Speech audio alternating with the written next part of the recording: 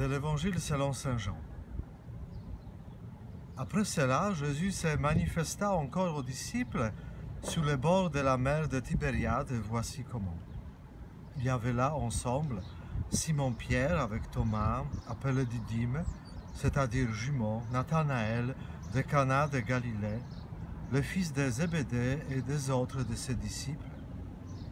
Simon-Pierre leur dit, « Je m'en vais à la pêche. » Ils lui répondent, « Nous aussi, nous allons avec toi. » Ils partirent et montèrent dans la barque.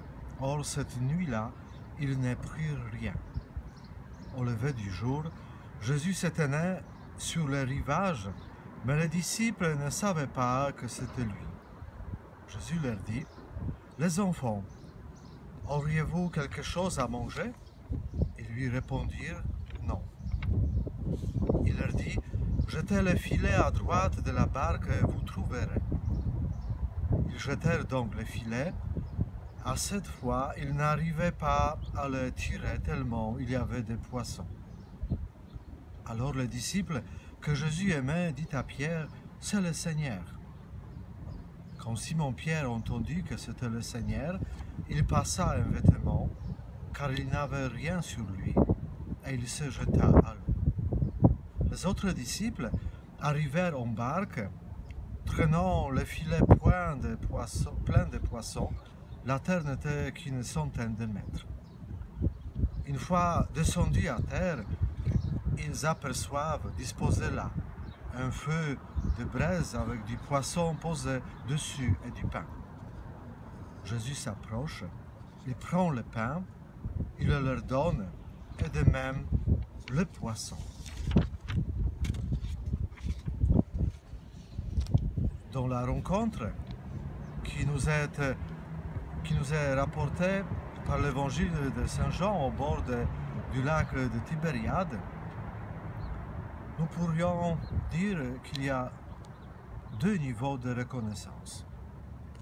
Le premier niveau, c'est celui que nous pourrions appeler le niveau d'une reconnaissance intuitive. En voyant la pêche miraculeuse, le disciple que Jésus aimait se remémore d'autres pêches miraculeuses. Le souvenir de ces premiers signes donnés par Jésus le pousse à reconnaître que c'est lui qui est sur le rivage.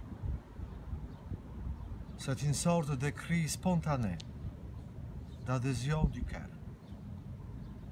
L'amour que portaient ses disciples bien-aimés à Jésus, en réponse à l'amour que Jésus lui portait, entraîne d'une façon immédiate. Comme il nous arrive en entendant telle ou telle parole ou en voyant tel ou tel signe, la perception que nous sommes devant un signe ou une parole qui vient de Dieu lui-même. C'est un mouvement qui est le mouvement du cœur. Et cette reconnaissance intuitive est confirmée à un deuxième niveau, par une reconnaissance sacramentelle. Jésus invite les disciples à venir manger. L'évangile de Jean reprend les formules même de récit de la scène.